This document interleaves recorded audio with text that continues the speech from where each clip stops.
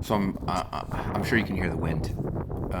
The wind's blowing off the water uh, pretty heavily. It's chilly. It's cold already, and you know, easels and wind really don't go together so well.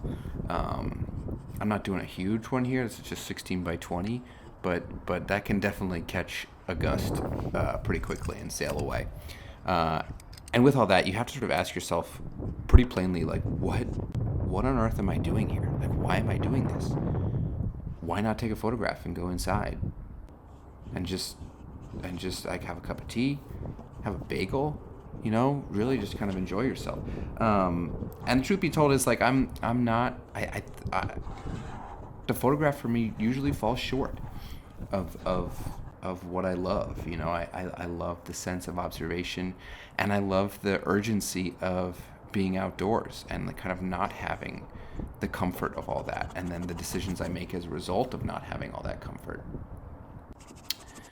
With this one in particular, you can see I don't usually like to start with too many lines, or too much, quote unquote drawing.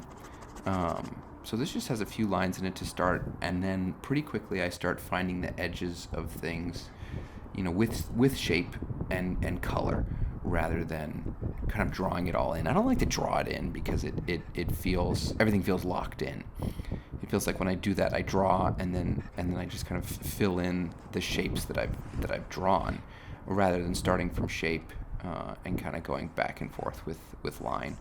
Um, Also, for me, I start then, when I start with shape like that, I'm also starting with color, which you know pretty often is what I'm most interested in here.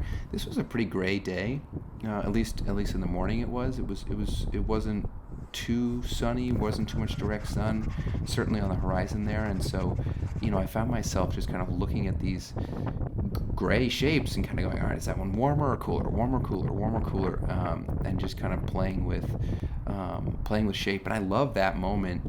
That's probably my favorite moment in a painting where like the boat itself isn't formed yet. I think that's why I held off on the red for a little while, because once the hull is sort of the boat is put in, it sort of screams boat, and I really want the protagonist of the painting to be the paint. And that's not to say I'm not interested in subject, or I'm not interested in form, or I'm not interested in like making a thing look like it does. Um, but I think that for me, the paint itself needs to lead that charge, or I want it to lead that charge. And so I love just kind of working from shapes first. The color of the water, look, don't judge me too harshly. I think I changed it 5 or 6 times. I'm not trying to like match the color and match the hull um, to what's there. What I would love to get is the relationship of those two things. I'd love to get the relationship between them to be accurate, not so much like matching the color perfectly. Um, because especially with water and light and all that, it changes so quickly. It's not static. Color is like constantly changing. So and even just how you look at it, I feel like I look at it differently each time I look up. So I did just kind of go back and forth on that.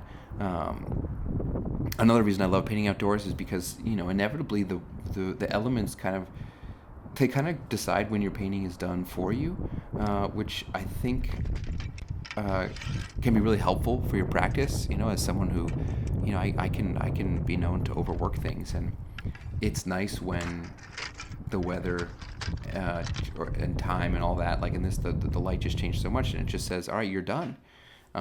So after a few more marks, I brought it back, and again, this is 16 by 20. It's on Arches oil paper, which I love.